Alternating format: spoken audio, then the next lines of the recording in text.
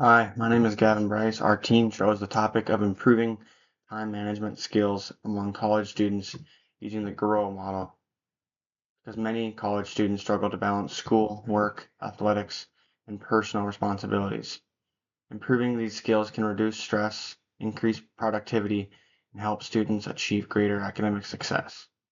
Time management is a skill that many college students face, especially during their first year. With increased independence and responsibility, students are expected to balance academics, work, and social life, often without having strong time management skills in place.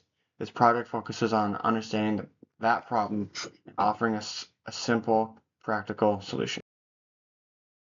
Is that many college students struggle with managing their time effectively. This often leads to missed deadlines, incomplete assignments, and a tendency to procrastinate. Without a structured system, it becomes easy for students to fall behind and feel overwhelmed. This issue is very common and can affect students regardless of their academic ability.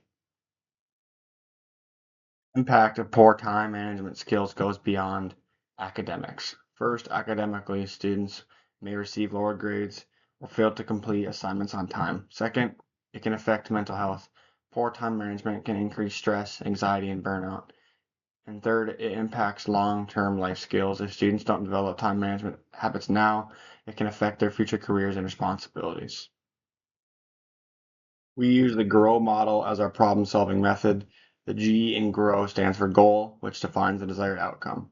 R stands for reality, which examines the issues and challenges. The O is for obstacles, which identifies the obstacles while finding solutions for progress. W stands for the way forward, which turns solutions into actionable steps to help you reach your goal. Our goal is to help college students develop effective time management habits that improve academics, reduce stress, and build lifelong organizational skills. In the terms of the GROW model, the current reality is that a lot of students do not have a reliable system for managing their time effectively. Some problematic habits that students may have is relying on their memory and not writing information down, underestimating the workload or time needed to complete assignments, or waiting until the last minute to begin working. These behaviors can create a cycle of stress and poor performance due to rushing through their work. There are several key obstacles that prevent students from being able to effectively manage their time. One of the major obstacles is procrastination.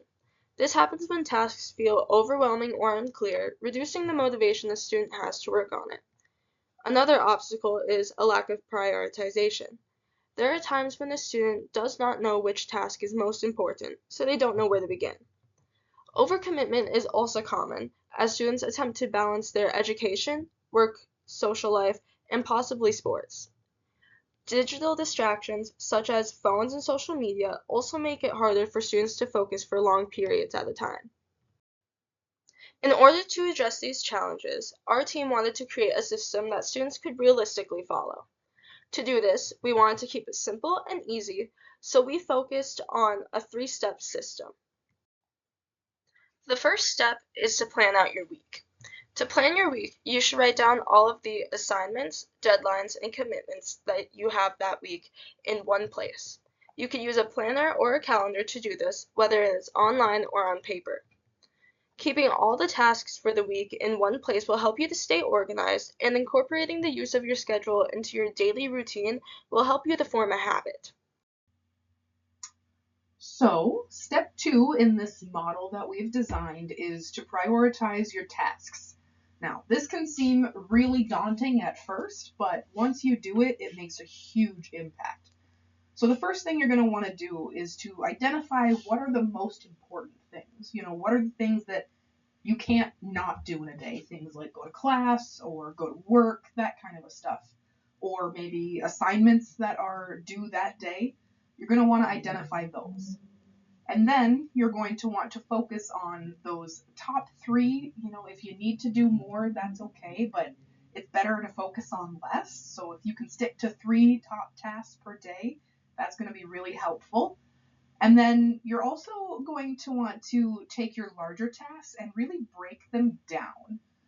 It's, kind of daunting to sit and think, okay, I have, an hour to write a 10-page paper, where instead you could be like, okay, I can spend 15 minutes this day, 15 minutes the next day, and then 30 minutes on the final day to really wrap this thing up. So breaking up your big tasks into a bunch of smaller ones will also be a huge help for you.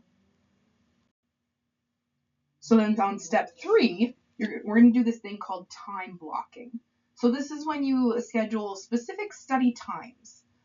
You'll work, you'll have these focused blocks where you've scheduled out, from this time to this time, I'm only going to study. And then after that, I'll go to work, and then after that, I'll go to the gym, or whatever your calendar looks like. And then within that, though, when you're studying, you don't want to just necessarily study one particular subject. So in our research, the Pan et al. Article mentioned this concept of interleaving, which is when you mix up the topics of study, and that actually helps you with retention a lot better. And then another thing when you're doing your time blocking is you want to make sure you're scheduling breaks for yourself. It's not good for the mind to constantly be going. It needs to take a break once in a while. And a good rule of thumb for that would be to do like 20 minutes of work and then a 5-minute break, and then back to another 20 minutes of work. And then, finally, the other big thing is reduce distractions. And I'm sure we've all heard this a million times. You put your phone on the other end of the room. You don't leave it next to you. If there's other people in like where you're at, maybe close the door. Just give yourself that space you need to really focus and concentrate on the work that you're trying to do. So you're probably asking us, you guys have gathered all of this research. What did you do with it? Well, we wanted to share the information that we had learned with our peers because this is great information for them to have. So what we did was we created a poster. Because of the time of year, we really kind of tried to focus it on this idea of getting ready for finals. But these are some good ideas for any time that you're studying too. So our poster, it outlines the big ideas from our research, use a calendar, do your time blocking, remove your distractions, all of that good stuff. And then we also included the QR code on there, which, is for the nerds like me when you want to read the research. But that has our bibliography attached to it. And then, so after we designed the poster, well, then we had to actually get it out there. So here you can see a map where I've highlighted which buildings all got posters. And we picked these buildings based on where we thought the most foot traffic would be on campus, by the students, that is. And then I guess we didn't really keep track of how many posters were put up in each building, but basically the general guideline was anywhere that there's a student activities bulletin board, hang a poster up there, because the more people who see this, the better.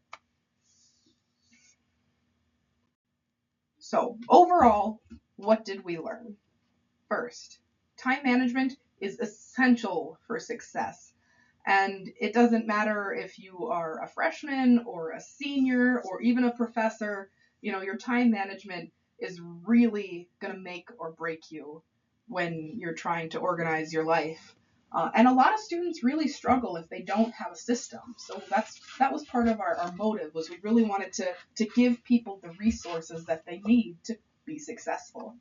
It's those little small strategies that make the huge difference. Planning, prioritizing, the time blocking, even just removing that simple distraction can make a world of a difference for you.